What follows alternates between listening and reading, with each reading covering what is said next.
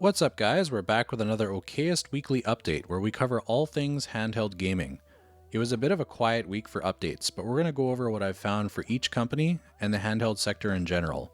We'll cover a surprising tweet from ROG for the Ally, a leaked Ally accessory, campaign updates from AYANEO and GPD, revamped customer support strategies from AOK Zoe, OneXPlayer, and AYANEO, more self-repair kits from AYANEO, and a new proposed Windows handheld mode. And because I like you guys so much, I'm going to include an extra section for some game sales and some games that you can get for free this week. If you enjoy these videos, do the OKest thing and boop that like button, and if you're new here to the channel, subscribe down below. Alright, let's jump into it. We'll kick things off with the ROG Ally updates. So there's just a couple updates to go over today.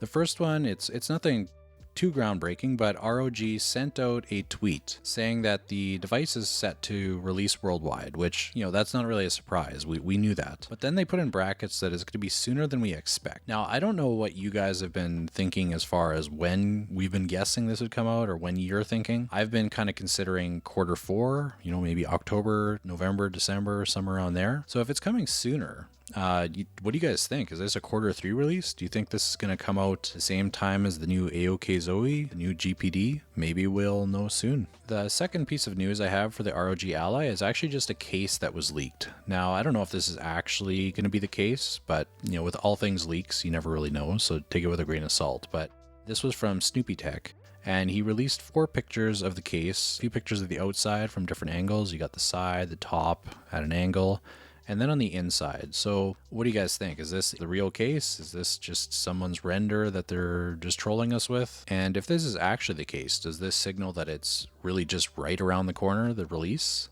And what do you guys think of the case? Let me know in the comments what you think. So that's all I have for the ROG Ally. So let's move on to AYANEO. For AYANEO, they're in the middle of their AYANEO Air Plus campaign. So at the time of this recording, there's been 522 units sold. It seems that since that first 200 units of the Mendocino and the i3, there hasn't been that many of those two models that have been selling. It seems that most of the remaining sales seem to be coming from the 6800, which isn't really surprising. It's a much higher performing chip and the price difference isn't super large. We also got a video on YouTube from AYANEO that went a little more in depth into this heatsink that I was talking about last week. So they're releasing a heatsink for the AYANEO 2 and Geek, where it's a self-repair kit where you can take your device apart and you can replace the heatsink with this better quality one. They had also announced previously another upgrade kit, but that one was for the AYANEO Air and the Air Pro, so you could upgrade the speakers in it. There seems to be a bit of a mixed reception to these upgrade kits. Some people are looking at it as their device was defective and the parts that they have aren't good enough, so why is the company not doing this for free or doing a recall? Others are looking at it as,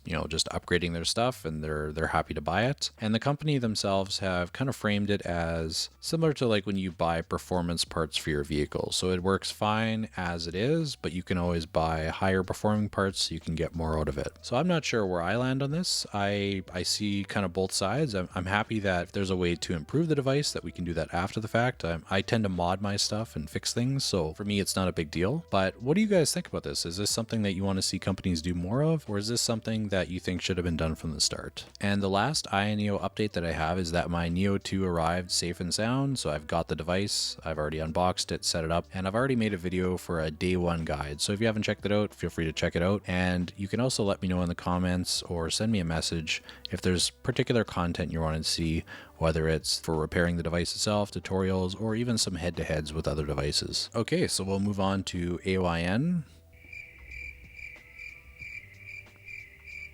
Yeah, so that's the updates. I have nothing. There hasn't been any updates in the server from the staff, and we haven't seen any new YouTube videos pop up, so we'll wait till next week to see if there's more. Moving over to OneXPlayer, not a lot of updates right now from OneXPlayer. It seems that they're getting ready for their OneXFly presentation or announcement, where they should be going further into details, so hopefully we'll hear about that soon. One thing that I have noticed though is they did revamp their support page, so they've included a bunch of frequently asked questions broken down. They have tutorials that are text and image based that guide you through like BIOS updates, adding 40 Hz to your display for the OneXPlayer 2, some guides for the OneXPlayer Mini Pro, and And they also added a live chat where you can click on frequently asked questions and you can actually chat about that topic. So this is very encouraging to see. I'm happy to see official support increase with OneXPlayer. I've also seen this with AOK Zoe and AYANEO, so this is a step in the right direction, so I'm really happy to see it. Moving over to AOK Zoe. So we've also seen a support page update from AOK Zoe. It seems to go a lot more in depth and give a lot more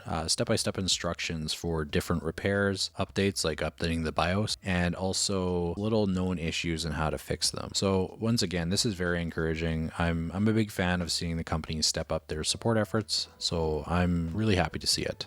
So some other updates for AOK Zoe is their A2 and their A1 Pro campaigns are both on Indiegogo, so you can sign up for updates for when it goes live. So we should be expecting that very soon. It sounds like the A1 Pro will come first and then the A2 shortly after, which is a little bit different than what they originally had planned. If we move on over to the AOK Zoe store, we see the A2 listed with a Zen 4 780M chip and a 1200p screen. So with Zen 4 and 780M, it's pretty much all but confirmed that this is a 7840 it's going to be running. So that's great news. So it's not going to be the 7735 that some were speculating. I'll likely be purchasing an A2 when it comes out, depending on the price, obviously. So I should be able to do some comparisons with the 6800 as well as the ROG Ally when that comes out, as I'm planning to get that one as well.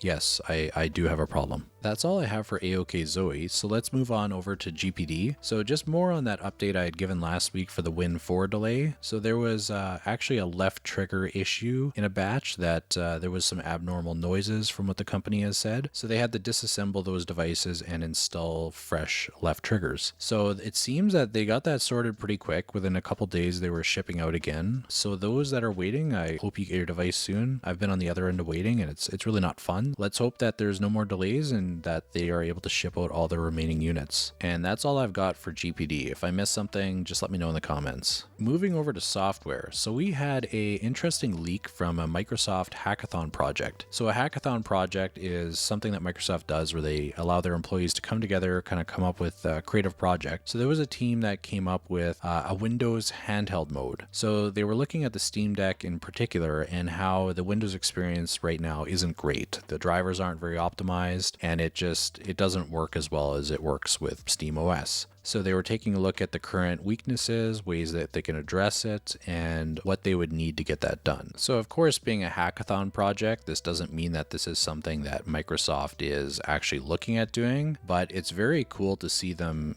even if it's just a team within, take a look at this and actually start to break it down. So I really hope that they do this. It'd be great for this scene, for all the Windows handhelds to just be more optimized, run a little smoother. So my question for you guys is, if they did a handheld mode, what would you want to see in it? And what would you want to see removed that would make it run smoother? Let's talk about it in the comments. Moving over to our last section, I wanted to add a bonus section for some free games and some sales that I found. So there's 2 free games right now on the Epic Games Store. I'm going to butcher the name, but it's Mordhau, which is a medieval slasher. And then there's Second Extinction, which is a first-person shooter base defense. It looks like you're defending your base from dinosaurs. I've never heard of these 2 games, but check them out. They're free. It can't hurt to download or at least add them to your library. So for sales, we've got a few good games here that are on sale. So Cyberpunk looks to be about 50% off, and we've got Red Dead Redemption down to $22, which is great, really cheap. I think that's the cheapest I've seen it. And then there's Watchdog Legions, which is for $11. We've got some sales on some Warhammer games. Yeah, so check out deals.gg if you haven't yet. And I'd recommend just keeping a tab on this. Check it once a week, and you may as well grab the free games. It costs nothing, and if you don't play them, you can always just remove them from your library later. Okay, well that's going to do it for OKestWeekly 3. So if you liked the video, leave a like, subscribe if you want to see more of these, and of course, thank you for watching.